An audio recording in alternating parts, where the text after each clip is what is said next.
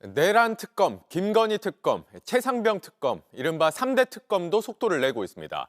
민주당과 조국혁신당은 특검 후보자들을 추리고 있는데 이달 중순쯤 특검 지명 절차가 마무리되고 본격 수사 준비에 들어갈 걸로 보입니다. 그럼 특검 후보자들은 누가 거론되고 있는지 박사라 기자가 정리했습니다. 이재명 대통령이 내란, 김건희, 최상병 등 이른바 3대 특검법을 전날 의결하자 여당은 곧바로 특검 후보자를 추리는 작업에 들어갔습니다. 현재 지도부에서는 특검 후보자들을 추천을 받고 있고 충분히 많은 후보자들이 지금 추천되고 있어서 취합 중에 있습니다. 새 원내대표 선거가 치러지는 13일 전에 특검 후보자 추천 작업을 마무리한다는 계획인 겁니다. 이 대통령이 더불어민주당과 조국혁신당에 후보자 추천을 의뢰하면 두 당이 각 한 명씩 추천해 이 중 한 명을 임명합니다. 특검 후보로는 문재인 정부 시절 검찰 고위직이었던 심재철, 김양수, 한동수 변호사 등이 유력하게 거론됩니다. 심 변호사는 법무부 검찰국장과 서울 남부지검장 등을 역임했고 김 변호사는 특수통 인사로 부산고검 차장을 지냈습니다. 한 변호사는 대검찰청 감찰부장을 지낼 당시 검언유착 의혹 등을 감찰하며 윤석열 당시 검찰총장과 충돌한 바 있습니다. 이 밖에 민중기 전 서울중앙지법원장을 비롯해 과거 병역비리수사팀장이었던 이명현 변호사도 특검 후보자로 거론됩니다. 국민의힘은 이 대통령이 자신의 재판은 중지시키고 특검을 추진한다며 반발했습니다. 이재명 정부는 이제 특검의 칼춤을 치기 시작했습니다. 본인에 대한 수사와 재판을 회피하면서 다른 사람을 정치적 반대자들을 단죄하겠다고 칼을 휘두른다고 합니다. 특검팀이 꾸려지면 최대 20일의 준비 기간을 거쳐 빠르면 내달 초부터 수사가 시작될 전망입니다. 국민의힘의 국회의원 대부분을 수사선상에 올리겠다는 거 아니냐라고 하면서 강하게 반발하고 있습니다. 네. 상대 정당을 겨냥한 정치보복 수사로는 협치나 통합이 어렵고 국민에게 신망을 얻기도 어렵다라고 하면서 이건 3대 특검법이 국회에서 의결된 날에 서초동 아크로비스타 윤석열 김건희의 사저에서 누가 발견됐냐? 최윤순이 발견됐다면서요. 장모가 네. 그 일요신문 그 기자분이 전화 그 기자가 또 찍었어. 민우기가 또 찍었어 보니까. 그분 또 오시라 그러지 뭐. 그러니까. 보니까 신용사 직장에서 한번 트럼데드만 얘기 들어보니까. 아, 네. 그래요? 예, 몰라? 그랬다던데. 예. 아 그랬구나. 그랬다고 하던데. 그냥 뭐 위로 방문한 것이 아닐까? 아니면은 대책회의였나? 사위 나도 잡혀가는 거 아니야? 지금 어떡할 거야? 화면에 나가고 있네요. 지금 윤석열이라는 사람이 대선 후보 시절에 토론에서 이런 이야기합니다. 정치는 패밀리 비즈니스다. 즉 정치 권력을 동원해서 우리 가족들이 잘 먹고 잘 살게 하겠다라는 네. 뜻을 이미 내비쳤던 거예요. 그럼 책임도 같이 져야지. 제 느낌에는 대책회의 했다 이런 느낌이에요. 대책회의했다. 특검법 통과되니까 그런 얘기했다. 그리고 지금 샤넬백 게이트라고 불리는 건진법사 사건에도 상당히 연루되어 있는 것으로 알려진 유경옥 전 대통령실 행정관도 네. 가족들 틈바구니에 있었기 때문에 이분 역시 굉장히 중요한 특검의 키맨이다. 이렇게밖에 할 수 없는 거 아니겠습니까? 그렇죠. 코바나 콘텐츠 출신이고 이때 가가지고 또 반려견 이렇게 안고 있었다는 김건희 거. 개 이렇게 안고 네. 있었다는 뭐 거구나. 있겠어요. 네. 그런 거 이제 말 맞추고 상의하고 어떻게 진술할까. 너무한다 너무. 곧 뭐 검찰 소환 돼야 될 거 아니에요. 야, 근데 진짜 이런 상황인데 아직도 본인들이 대통령 영부인 줄 안다는 것은 지금 경찰에서 예전에 체포영장 집행을 공수처는 어렵게 하지 않았습니까? 지금 이번에 이제 새로운 사건으로 2차 소환 통보를 했는데 거기에 대해서도 안 나간다. 강짜 놉니다 지금. 근데 뭐 이거 3번 안 하면은 체포영장이죠. 네. 되는 거고요. 체포영장 되면 저는 구속될 거라고 봅니다. 그럴 가능성이 높다고 보는데 그 모 언론에서 그 서정욱 변호사가 윤석열을 만났는 모양이에요. 네. 거기에서 윤석열 본인이 무죄라고 믿고 있다 이런 이야기가 실제로? 나오더라고요. 기가 찼습니다. 무죄면은 왜 탄핵됐습니까? 헌법재판소는 그러면 거기 재판하시는 헌법재판관들이 전부 다 이상한 판단 내린 겁니다. 그러니까요. 네. 아니 그리고 이제 그의 변호사가 이제 기자들한테 한 얘기 더 가관인 게 네. 출석 조사는 불필요하지만 서면 조사는 검토해 보겠다. 야, 배포가 좋습니다, 진짜. 아직도 뭐 대통령인 것 같다 뭐 그런 생각을 하는 것 같은데 오히려 체포 당하는 거를 화면을 연출하고 싶어 할 수 그러니까 있을 그런 연출 뭐 시나리오 굉장히 많이 나오더라고요. 왜냐면 그럼 또 지지층들이 뭐 하는 거예요 지금? 지금 정치 보복이다. 네. 이렇게 할 수 있는 명분을 주잖아요. 근데 이번에 체포할 땐 제가 보기에는 조용히 가서 조용히 잡아올 가능성도 상당히 높거든요. 통 트자마자 그냥 잡아오면 되는 거 아닙니까 지금? 그렇죠. 뭐 네. 이 극우 유튜버들을 상시 대기시켜 놓을 수도 있고, 아니면 저기 윤석열 TV 만들 수도 있죠. 김건희 TV랑. 네. 기본적으로 이제 그 대선 때 제공받은 여론조사는 그냥 명태균이가 개인적 목적으로 나한테 그냥 준 거라서 경제적 가치가 없는 정보를 준 거다라고 하면서 어떤 얘기를 하느냐. 정치인이나 기자들은 관행적으로 공표 전에 여론조사를 받는다는 주장을 검찰에 버젓이 했던데 정치 오래 해보셨지만은 공표 전에 여론조사를 공짜로 줍니까 누가? 그 수치는 뭐 네. 몇 시간 전에 알려주긴 해요. 몇 시간 전에는 그렇죠. 예. 근데 이게 뭐 전날 이 통째로 로 데이터까지 알려주고 거기 또 고맙다고 그러고 뭐 여러 가지 얘기를 한꺼번에 그렇게 해주진 않죠. 이거는 뭔가 좀 야록 아니지. 주고받은 문자가 다 아니 나왔잖아요. 그러니까요. 아니, 이런 얘기도 어떻게 보죠? 김영선 의원 네. 공천 관련되는 이야기들이 다 나왔는데 이렇게 이야기하는 것은 그러니까 말이 안 이게 되죠. 참 이 사람들의 항변에 대해서 우리가 그냥 소개하고 생각하는 건 시간 낭비가 아닐까 그런 생각이 네. 들어요. 그래서 저는 보수파 국민의힘을 위해서라도 빨리 윤석열, 김건희는 정리해야 된다. 구속 당하고 재판 받고 빨리 법적인 처벌을 받아라 그렇게 말씀드려요. 아니 그러니까 6월 5일 내일 나오라 그런 거죠. 또 예. 부름을 부차 했고 정보, 예. 그리고 이제 내일 나오라고 했어요. 그런데 안 나가겠다는 거죠. 네, 뭐 끌려가는 한이 있더라도 나는 안 나간다라고 생각을 하는 것 같고요. 기본적으로 윤석열 씨의 사고 방식 안에서 경찰이라고 하는 세계관은 없을 겁니다.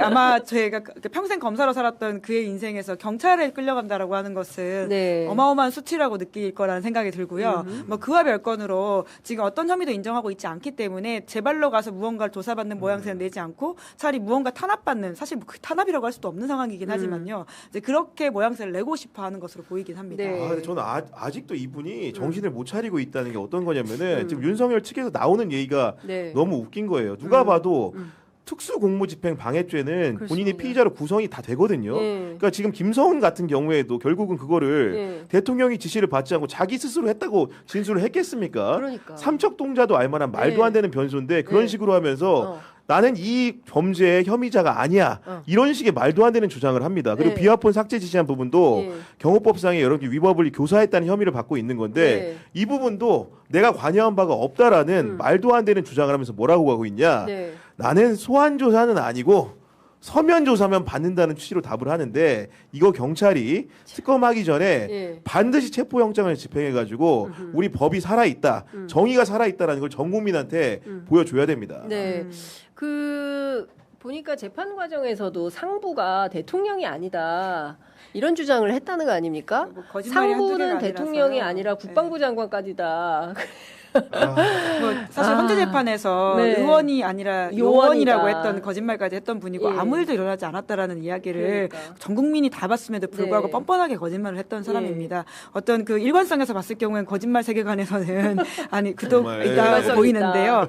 그 서정욱 변호사라고 이제 네. 친윤 핵심으로 꼽히는 분 있지 네, 않습니까? 네, 네. 그분이 MBC 라디오에서 했던 인터뷰를 보면 아직도 100% 무죄를 확신하고 있다고 이야기를 하잖아요. 네, 그러니까 네. 완전 다른 세상에 살고 계신 분이다라는 생각이 그러니까 듭니다. 진짜 근데 이분한테 현타가 빨리 와야 될 것 같아요. 언제까지나 그런 세계관에 있도록 놔둘 수는 없는 것이고 그 부인도 계속 출석을 거부하면서 김건희 씨가 비공개로 하면 내가 나가줄게 뭐 거의 이런 태도 아닙니까 지금. 부인도 지금 혐의가 여러 가지 한두 언론 보도를 개냐고요. 통해서 굉장히 이렇게 구성되는 게 많은데 이분이 네. 더 웃긴 건 뭐냐면 그 의견서를 냈다는 거 아닙니까? 네. 범죄 구성 요건이 안 된다. 쉽게 얘기하면은 법리적으로 이게 무혐의라는 취지의 주장을 버젓이 하고 있는데 정말 기도 안 차가지고 김건희까지 얘기하고 싶지도 않습니다. 솔직히 말하면. 그러니까. 김건희의 범죄 혐의라는 것은 일단은 수적으로 윤석열보다 더 많을지 모릅니다. 네. 그런 상황인데다가 네. 지금 특히나 이제 명태균 게이트에서 나왔던 여러 공천 문제 같은 경우는 어떤 식으로 얘기하느냐. 대통령이 문제가 있으려면 뇌물죄가 구성이 되려면 직무 관련성이라는 게 있어야 되는데 네. 그 자당의 공천, 여당의 공천 같은 경우는 대통령이 직무가 아니기 때문에 이게 죄가 안 된다. 네. 이런 식으로 법꾸라지 같은 면모를 여러 개로 보이려고 하는데 그게 설득력 있는 법리 해설이면 제가 이해하겠는데 누가 들어도 이상하지 않습니까? 이게 그러니까. 이런 설명을 누가 믿습니까? 네. 검사가 전형적으로 믿겠습니까 이게? 대법원단 때 네. 그 양승태를 비롯한 고위 법관들이 주장했던 바이긴 한데요. 그러니까. 하지만 뭐 이제 김건희 씨는 그 직권남용 혐의만 있는 게 아니거든요. 그럼요. 이제 그래서 예. 그렇게 빠져나갈 수는 없다라는 예. 생각이 들고요. 아까 이제 진행자께서 윤석열 씨의 어떤 그 세계관 다른 세계에 살고 있는 모습이 언제 깨질 것인가라고 질문하셨는데 네. 저는 김건희 씨가 구속되는 그 순간 어. 윤석열의 세계는 깨질 것이다라는 생각이 들긴 합니다. 그래요? 그러니까 그럼 누가 먼저 갈 거라고 보세요? 누가 먼저 구속될까? 김건희 씨를 먼저 구속 예, 영장을 치지 구속을, 않을까라는 영장을, 생각이 예. 들고요. 예. 여튼 이제 윤석열 같은 경우에는 지금 현재 재판이 진행되고 있는데 그 재판에서의 재구속 영장이라고 하는 것도 직위헌 판단이라는 게 있고 네. 뿐만 아니라 나머지 혐의들도 약간 이 특검이라든지 이런 것들이 뿌려지는데 시간이 걸리기 때문에 예.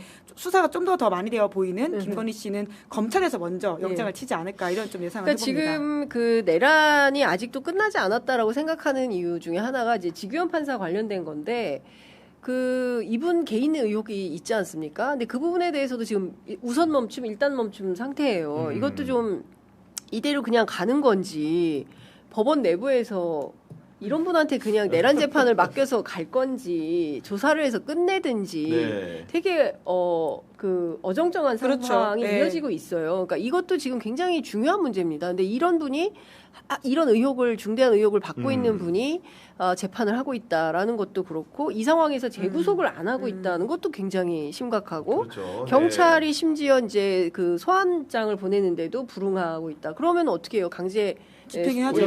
뭐 해야죠. 네. 뭐 할 방법이 없다라는 생각이 좀 들고 김건희 씨와 관련해서도 마찬가지입니다. 그러니까 특검 어차피 그 출범할 거여서 특검이 알아서 하겠지라고 차일피일 미루고 있는 것은 아닌가. 야, 근데 특검을 기다리면 과연 오히려 이게 해결이 자기들이 될까요? 더- 지금 보니까 특검은 어쨌든 간에 마지막 선택이었던 것이고 특검으로는 용서받을 일은 전혀 없을 것으로 보이거든요. 그렇기 때문에 착각 중에 착각이 아닌가 싶고 아직도 네. 이제 과거에 본인이 검찰총장을 했다는 그 네. 인식틀에서 벗어나지 못하면서 네. 누가 특검이 되더라도 검찰 출신이 되지 않겠느냐. 그러면 나에 대한 선체가 혹시 있지 않을까라는 착각을 하는 것 같은데 윤석열과 가까운 검사 출신은요. 특검 안 시킵니다. 일단 걱정하지 마십시오. 그런 네, 부분들은. 꼭 깨셔야 됩니다. 꼭 예. 깨야 됩니다. 예. 정말로 더 악랄한 분이 올 가능성이 높기 때문에 본인이 예. 지금이라도 빨리 경찰 출석하시고 예. 와이프 검찰 출석시키는 게 예. 그나마 싸게 맞다. 맞는 길이다 싸게 설명드립니다. 맞는 길이다. 아유, 참 답답하다. 그놈의 현실 인식은 언제나 돌아올까 참 그렇습니다. 11시 5분인데 요거만 하나 짚어볼게요. 어제 김민석 국무총리 후보자가 기자간담회를 했는데 미문화원 1985년 미문화원 점거 사건이 또 그 첫 번째 질문이었던 모양이죠. 네. 근데 이것도 이제 기자가 좀 준비가 부족했나 그런 생각이 들었어요. 어떻게 그러게요. 보세요? 예. 근데 뭐 결과적으로 거기에 대한 자기 방어를 충분히 잘 했다라는 생각이 드는데요. 그러니까 나는 하버드대 나온 미국 변호사다. 이렇게. 그러니까 오늘 제목이다. 김민석 하버드대 나온 미국 변호사. 저도 미국 변호사인지 몰랐거든요. 변호사 그래요? 자격증이 있었구나라고 하는 걸 근데 처음 알게 그 돼서. 미국 가서 미국 변호사 따온 사람들 많아요. 예, 근데 근데 그게 주마다 쉬운 일이 다르잖아요. 아닌데. 변호사 자격이. 예. 네, 이제 여튼 이제 그 어떤 본인이 친미적, 그러니까 뭐라고 할까요? 반미라고 하는 이미지를 희석시키기 위한 이야기를 했던 것 같고요. 그러니까 그리고 이제 그 사건은 맥락이 되게 중요한데 그렇죠. 물론 뭐 폭력을 다 옹호할 수는 없지만 5.18 우리가 지금 계엄을 겪고도 이 2024년 12월 3일에 이렇게 화가 나고 이렇게 용서할 수 없다는 생각이 드는데 그때는 정말 사람이 죽었던 사건입니다. 그리고는 지금처럼 언론이 전혀 막 이렇게 알려져 있지 않아서 그때 언론 아무렇지도 다 않게 통폐합시키고. 거짓말을 하는 게 다 통하던 때였거든요. 이제 그 어떤 절박함으로 했던 행사라고 하는 것에 대한 맥락적인 부분들을 봐야 되는데 이제 그런 것이 좀 빠져 있었다는 점에서도 그러니까 저는 진짜 기자들이 옛날하고 달라졌어요. 옛날 문법대로 그냥 갔다가는 오히려 국민들로부터 질타받게 된다. 그래서 하나의 질문을 던지더라도 진짜 제대로 준비해서 상대방이 악소리도 못하게 딱 그런 질문을 해야지. 맞아요. 네. 안 그러면 오히려 굉장히 비판을 받게 되는데 이번 경우가 그런 경우가 아닌가. 그러니까 미국 문화원 정권농성 사건 같은 경우는 아까 이제 김민재 잘 설명했지만은 그 역사적인 맥락이 있는 거거든요. 그렇기 때문에 그 질문을 했을 때는 어떤 효과를 가지고 생각을 해봐야 되고 지금 네. 이 부분에 대해 문제 제기하는 분들이 대체로 과거에 이제 굉장히 극우적인 유튜브에 중독되신 분들 결국은 미국을 상대로 폭력을 행사했다라는 거에 방점을 찍고 원인과 동기에 대해서 전혀 고려하지 않는 일방적인 방식의 소통을 하는 분들이 부분들이 많기 때문에 그런 것들을 질문할 때는 그래도 우리 사회 공기라고 하지 않습니까? 그렇습니다. 그 유튜브 세계에서 치우친 분들과의 차이점이 있다고 한다면은 조금 더 진지하고 객관적으로 역사적으로 성찰의 바탕 위에 질문을 좀 해야 된다. 그러니까요. 그런 부분들이 이 질문 같은 경우에는 좀 부족하지 않았는가라는 네. 생각을 할 수밖에 없습니다. 그러니까 5.18 광주가 터진 겁니다. 네. 그리고 수많은 민간인이 학살된 거예요. 전두환 신군부에 의해서 총칼에 의해서 우리가 다 화면에서 보지 않았습니까? 그 속옷만 입은 채로 팔이 뒤로 묶여서 어디론가 끌려가서 내 누이가 내 가족이 내 아들이 다 그렇게 죽임을 당하고 그리고 이유도 몰라요. 도대체 전두환이가 네. 왜 그때 저 기관총 사격을 통해 물론 이제 본인은 그거 끝내 밝히지 않고 네. 그냥 죽어버렸지만 헬기 사격, 네. 그 누가 기총 사격 헬기 사격을 네. 시켰는지에 대해서 아직도 근데 누군지는 아는 거예요. 네. 온 국민이. 이런 사실을 그렇죠. 그때는 알릴 기회가 없었어요. 네. 어디에 말할 수가 없었어요. 그때는 언론사가 불타고 그러지 않았습니까? 그리고 아니면은 그때 이제 거짓 뉴스, 가짜 뉴스, 그럼요. 정권 찬양하는 것만 아니, 보도되던 북한이 했다. 북한이 네. 했다. 뭐 이런 네. 식이었던 거예요. 그러니까 그때 광주를 알고 있는 대학생들이 이것을 국제사회에 알리기 위한 수단의 한 방법으로 미 문화원 점거 농성을 한 겁니다. 근데 그때 주축이 됐던 게 이제 그 김민석 하버드대 나온 미국 변호사. 이후에 하버드를. 네, 그때는 네. 서울대 학생이었고 이제 이후에 이제 이런 국무총리 후보자가 된 건데 이 역사적 맥락을 전부 거세하고 당시 미문화원에 가서 저 옛날에는 방화도 있고 막 그랬잖아요. 네. 농성하고 이랬는데 당신 반미주의자 아니야? 미국 못 가는 거 아니야? 이런 질문을 하니 이게 얼마나 터무니없는 역사의 맥락도 모르고 왜 그렇게 된 건지도 거세하고 아주 단순 표피적으로 질문을 그러니까요. 하니 네. 그게 얼마나 좀 그렇습니까? 그러니까 우리 기자들도 공부해야 됩니다. 네, 우리 기자들도 역사 공부하고 근현대사 잘 알고 똑바로 질문해야 욕 안 먹습니다. 그러니까요. 네. 네, 근데 뭐 미숙할 수 있어요. 그래서 다음에 다 잘 질문하면 되지 않을까 싶고 어쨌든 우리가 이제 시대의 변화에 맞는 여러 가지 상황 변화가 있기 때문에 이제 언론도 권력의 사부라고 하지 않습니까? 그래서 그만큼 잘 준비해서 그럼요. 네. 예, 그리고 서로 소통해야 좋은 나라 함께 만드는 그렇죠. 하나의 네. 역사의 주축 아니겠습니까? 그런 차원에서 나아가면 좋겠다라는 생각이 좀 들어서 말씀 들어봤습니다. 예.